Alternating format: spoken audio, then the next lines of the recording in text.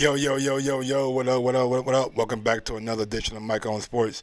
I am your host. I go by the name of Mike Gross. Big ups to that 501317 Little Rock in the Apple. And other than that, we here. Hey, one more time for those who don't know. One more time for those who don't know.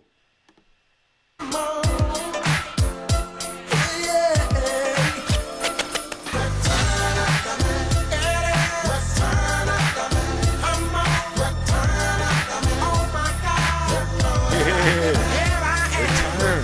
Conor McGregor back to the UFC, and he'll be taking on Justin Gaethje. Oh, my bad, my bad. He was talking shit about Justin Gaethje, taking on Donald Cerrone. January 18th, I believe. I don't know where it's gonna be at. Maybe something that I have to look into. But we're gonna give you a breakdown. You know what I'm saying? Give you the strengths and weaknesses of both guys, and we're gonna come back with that Conor McGregor man. He has some things to say about people disrespected him in the UFC. He had some choice words for Jorge Masvidal. He had some words for Khabib. He told y'all why he was at 170. Had some words for Justin Gaethje. So we got a lot to get into, a lot to break down. So without further ado, one more time, man, return to the Mac. We in this bitch. He is the man, and he is back. He is back.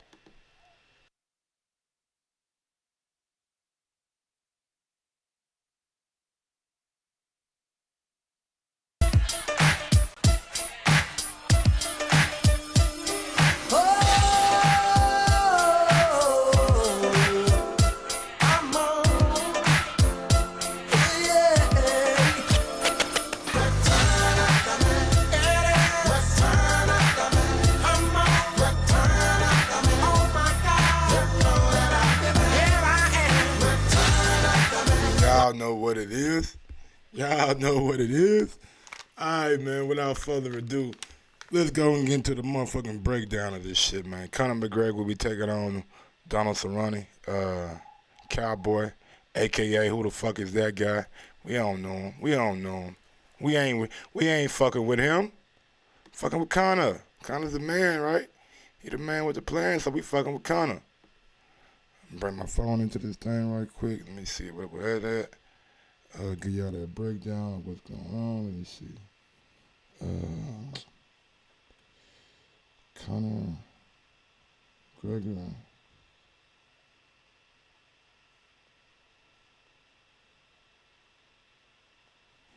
All right, real quick, give you the optics of the situation. Right now, man, looking at this, man, Donald Cerrone is a little bit more older, you know what I'm saying, and a little bit more experienced than Conor McGregor. Conor is 31, Donald is 36. 25 pro fights for Conor and 50, so almost two times as many for Donald. 36 wins for Donald too. Um, um, got 13 losses, which is not great, but out of 50 wins, that's not a bad ratio. Conor has 21 wins and 4 losses, 18 knockouts. So it's evident that Conor maybe has a little bit more power than Donald. You know what I'm saying? But Donald's a tough guy. Now the height is where, you know what I'm saying, you started to look at like, damn. Connor's only 5'9", and this guy's 6'1", so Donald should be able to keep the range on Conor fairly well. But Conor has some long arms though, so that's one thing we got to take into consideration. Conor McGregor has some extremely long arms. This fight will be at 170. Net worth, I don't think that's pretty much, you know what I'm saying, that's irrelevant. Connor's last fight was against Khabib, and we know how that ended. And we know that Cowboy's coming off pretty much off a couple victories, you know what I'm saying? So he's doing pretty good. I'm about to go to Sherdog right quick and bring up the records, you know what I'm saying? So give me 1 second. Put that on the screen for me, producer, please. Coming off that loss to Khabib, I can't Khabib, you know what I'm saying? Let me zoom in right quick. Can we zoom? We can zoom. We zoom it then. We zoom. So that's the what's called right there. We don't need all that. Need to zoom like that. Go. So Conor, last couple of fights, we know that he Fought Khabib, but before that he fought Floyd Mayweather in a boxing exhibition. And before the Floyd Mayweather fight, he was coming off back-to-back wins, one over Nate Diaz and one over Eddie Alvarez. And don't forget that Nate Diaz win was at 170, which this fight is contracted at now. Donald Cerrone's been a little bit more active, a little bit more active than Conor. You know what I'm saying? Lost to Justin Gaethje in his last fight, and also lost to Tony Ferguson. So I guess that's the reason why he's coming back with Cowboy. You know what I'm saying? He has two losses, and he's not really. You know what I'm saying? I ain't gonna say pose much of a threat, but for a comeback fight like this, I mean, Donald Cerrone is a guy that you would want to fight. His last victory was against Al LaQuinte. And Mike Perry is also a good name to have on your resume.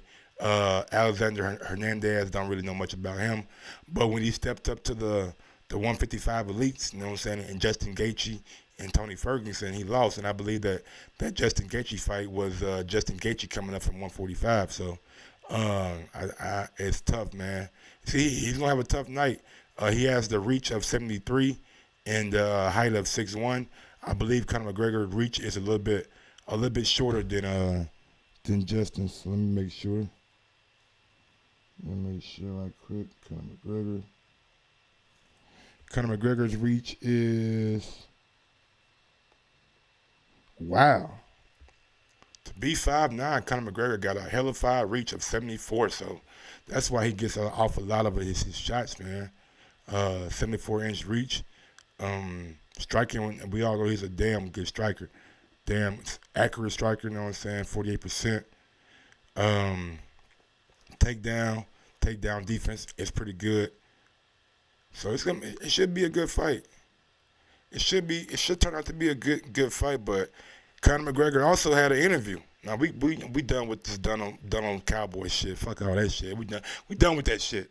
He fighting him. Should be a win. Pay-per-view. Conor McGregor's back. We all gonna celebrate. Fine. But let's get into this gangster shit. Let's get into this shit he was talking in that Mac Life interview. I got the audio for you. Now, first question that was posed to him: why? Why go with 170? Why are you fighting at 170? You know what he said?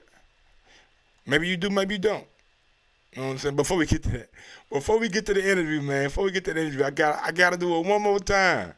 One more time, baby.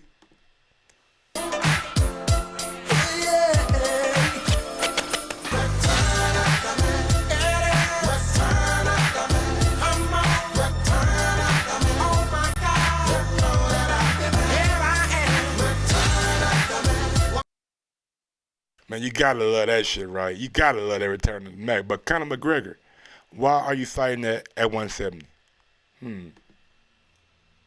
People on March, so why could wait to that, and then likely something will happen there, so I'll be ready to slot in for that bout. So I'll just have a fight, a good solid camp at 170 with no weight cut, a good fight. I know Donald's a good fighter, great records, most knockdowns, most head kicks, most fights, most rounds. He's got a lot of UFC records under his belt, so I'll get a great camp, a great fight, and then it'll take me into the year. I'm looking at this as a season, so this is the beginning of the season. Donald was the first one that I agreed to have a bout with, and here we are. When you and him had that back... So there you go right there. He feels like there's no need for him to cut weight in his first fight back. I mean, you know what I'm saying? Which is a good reason, you know what I'm saying?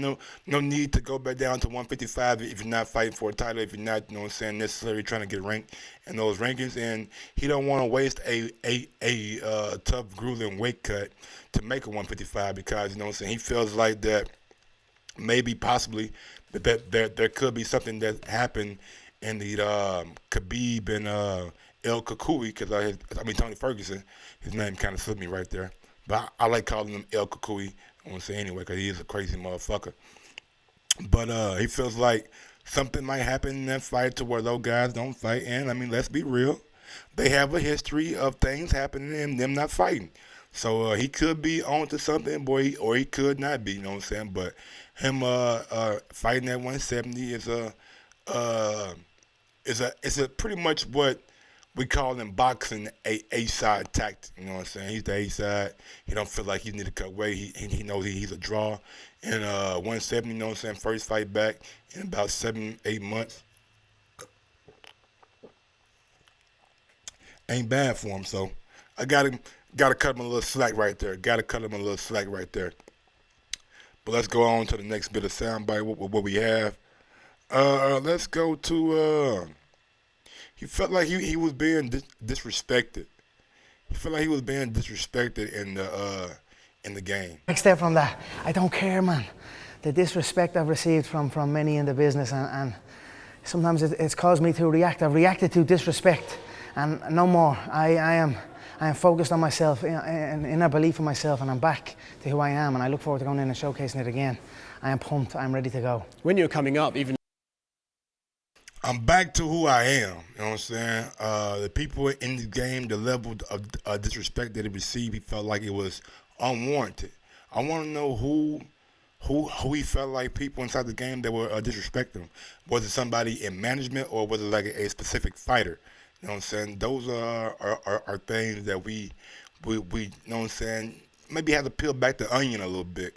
Peel back the onion a little bit and really find out what he meant. I wish that interviewer would have asked him, like, what kind of disrespect were you receiving in this MMA game? Because that's kind of interesting. You know what I'm saying? You see a guy like Conor McGregor who really, you know what I'm saying, done taking the sport by storm and like raised it to like new heights. You know what I'm saying? Like made it kind of a casual sport. You know what I'm saying? People really like MMA. So I want to know like who he feels was being disrespectful to him. And he was asked. he's been very vocal about how this idea Yeah, of you he's on the list. Yeah. He is on the list. Maybe I will face him next. Maybe I'll face him next. You know, he has it coming to him. I mean, I laugh at El Justin. He's bleeding. He's a funny guy. He's been taking it very to heart, you know, and I know the feeling when you do that. So maybe Justin will be. Maybe I'll get through Donald and I'll have a quick turnaround against Justin. So maybe that's what happened. But Justin is on the list, no doubt. In an interview So he got a list out, huh? He got a list and he checking it twice. He feel like Justin Gaethje's been talking too much out there. He's definitely on the list. Maybe I get rid of Donald and go right towards Gaethje. That'd be a good fight. Justin Gaethje looked very, very good in his last fight. Looked good in his last fight. I think that would be a fight that could be a knockdown like kind of war. You know what I'm saying? Justin, you know what I'm saying, moving up from 145, but has been looking good at the new weight. So I think that would be a fight that the fans would be definitely interested in. He said that he's definitely on the list. You know what I'm saying? He's definitely on the list. But what about Jorge? That's the fight that we've been talking about. Is Jorge on the list, Mr. McGregor? I wasn't really that happy with how that bad motherfucker thing ended. I think it's unfinished. In my opinion, that bout is unfinished. It was only getting into a good bout, I believe. So we were robbed of rounds 4 and 5 in that bout. But I like that welterweight bout. I like that the welterweight title fight that was on the weekend. I like the look of that. I like the look of Kamaru Usman. I like the look of Colby. I'm open to it all at 170. Where do you see openings in them? Because I think people look at that title fight and they think, oh wow, what these great strikers, these cards. Now, man, I'm of the mindset, man, that goddamn, that really you looking at motherfucking, you looking at Usman and Kobe? Them some big dudes at 170, man. Them some big dudes at 170, and I don't know. Like I believe in weight classes, you know what I'm saying, for a reason. So I'm not of the mindset that Conor McGregor can really. I mean, can he truly compete at 170? Can he really, you know what I'm saying, take the shots from a guy like Tyron Woodley or a guy like Kobe Covington or a guy like Usman? These guys are big. These guys are some big 170s, man. It's not like boxing where it's like you only gotta worry about fists, man. You gotta worry about kicks. You gotta worry about grappling. You gotta worry about wrestling. You gotta worry about a lot of shit. So 170, man, and we seen the fight you had with Nate Diaz, and we seen the fight that Jorge Masvidal had with Nate Diaz. In my opinion, he had a easier time. He had an easier time than you had with Nate Diaz. I know that the fight got stopped and you felt like it was just now starting to, you know what I'm saying, bubble, but the way Jorge was handling Nate, the way you looked against Nate, I don't know, man. Jorge might be a little bit out your league. I'm not saying this because I'm not a hardcore MMA guy. You know what I'm saying? I'm a casual guy, but I do enjoy watching these guys perform because these guys are going in there and just like boxing fans, they're putting their life on the line. So I am definitely a fan of the MMA art, and I'm a fan of just like the different kind of striking they can do, like the different levels of jiu-jitsu, the different levels of grappling. You know what I'm saying? Like all these things are very intriguing to me, and the more I watch, the more I learn about little subtle movements and how guys place themselves to get the better advantage. So this shit is it's like high paced chess, but with fighting. You know what I'm saying? It's high paced chess with fighting. Like any move at any point in time can cost you the game.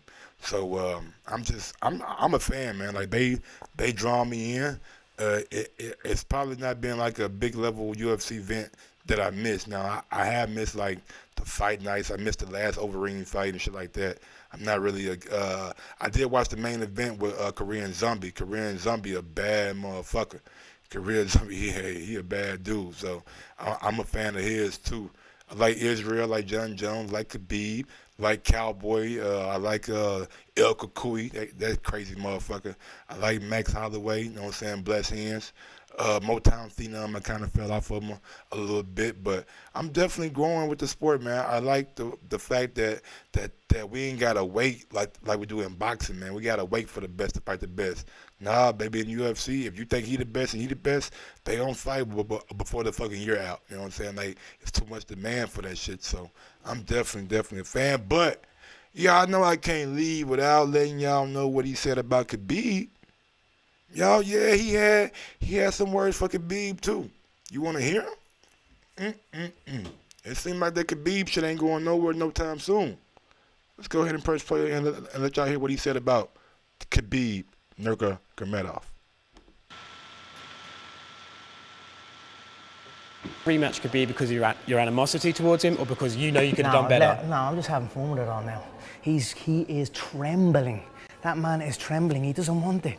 He doesn't want it. You know, you get it, and he's trying not to lose it again. So all these comments about he needs to win 10 fights and stuff like that, you're not buying that. I just smell shit. That's all it is. He's afraid, and that's it. But everyone wants it. The boss wants it. Dana wants it. We all want it. So he can run, but he cannot hide. So I look forward to it. So, I mean, in my mind, round one, I won round one. I outstruck him 3-1. Okay, he had position on the map, but I outstruck him 3-1. What did he do in that first round? Second round, look at the lackadaisy approach I had to him. He was just running around the outside of the cage, and he caught that lucky shot and had a great second round. What happened after that? I win the third round. Even the opening exchanges in the fourth round, I was winning the fourth round up until that trip. And that was after a horrendous camp where I was so disrespectful to the people that believe in me, disrespectful to my team with my lack of commitment, and I still went out and done that. So, and then I also landed the final blow on the night on his blood brother and his cousin. So we're happy with it, and it will come back to him. He can, like I said, he can run, but he cannot hide. So not over. My first thoughts on that shit, like, bro, how many times have you watched that fight? Motherfucker told you about the second round. Then you see when I tripped him. You see when I was first round I was piecing him up. Second round he probably got me because of the grappling. Third round I was back to be myself. Fourth round, you know what I'm saying? He submitted me like, nigga, you know motherfucking play by play of that fight. How many times you watched that shit, Conor? Are you having nightmares? Jeez Louise. Good God. How many times? My man gave you the motherfucking water bottle color, you know what I'm saying, that Khabib had over in his corner. God damn. But I'm glad that he watched the fight, though. I'm glad that he's been studying. I'm glad that he's been looking, seeing what he did wrong. I'm glad that he came out and admit that, baby, I didn't train the way I did that I should have for that camp. I was being disrespectful to the people who were pushing me and who got me there. I like that. And how deep is this beef? How deep does this beef go? How much animosity is there between these two guys. I got the last punch. I smacked his blood. Hold on. I'm gonna let you hear it again. Nigga said I smacked his blood brother. What? Also landed the final blow in the night on his blood brother and his cousin, so we're happy with it, and it will come back to him. He can, like I said, he can run, but he cannot hide. So not over. I landed the final blow of the night on his blood brother and his cousin. This ain't no regular beef, no sir. This shit might not ever be over with. This shit might go down, you know what I'm saying, with these motherfuckers to the grave. I smacked his blood brother and his cousin. And Dana, man, hey, man, we need this fight in 2020. This one of my 2020 wish lists, you know what I'm saying? With John Jones and Daniel Cormier 3. Put this on the wish list, too. Hold on, man. You guys ain't hearing me. You guys ain't hearing me, man. That's why I'm glad. I'm glad Conor back. We need this kind of shit talking and combat sports. I'm glad Conor back. And then I also landed the final blow in the night on his blood brother and his cousin, so we're happy with it, and it will come back to him. He can, like I said, he can run, but he cannot hide. So not over. Yeah, I smacked that bitch. His motherfucking blood brother and his goddamn cousin can get it. Yeah, that's what he said in motherfucking Ebonics. I'm happy this motherfucker back. Drop that soundbite one more time, DJ. Drop that shit for him.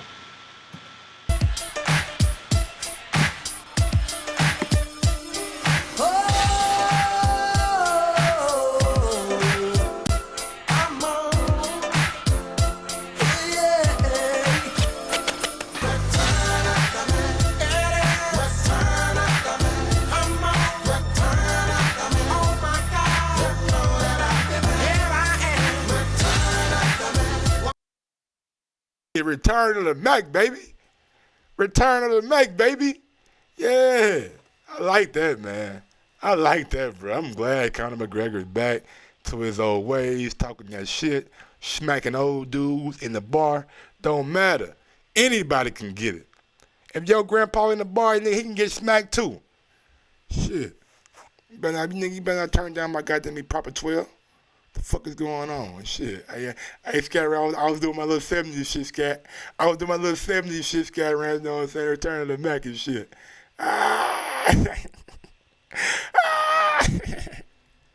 No, man, but look, man, big ups to Conor McGregor, man. I'm glad you're back.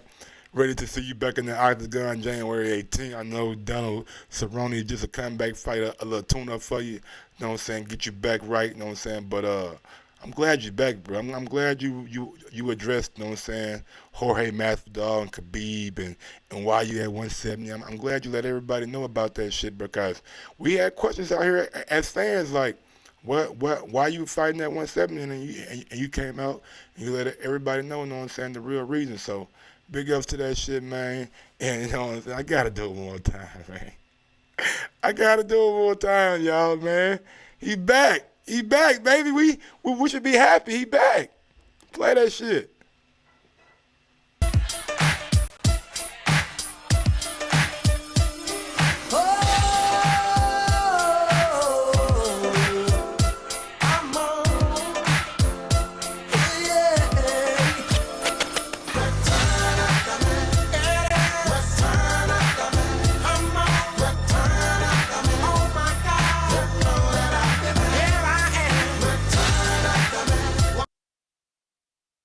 Return of the Mac. But y'all know what it is, man. Follow me on IG at Gross1911 or on Twitter at Gross2312. And if you want to support, Cash App, PayPal. If not, smash that thumbs up button. Tell a friend to tell a friend about Mike on Sports, and check out all my motherfucking videos, you know what I'm saying? We got rugby shit dropping. These guys in rugby go haywire. And share my shit too. Till next time, man. We out this bitch. Yes, sir.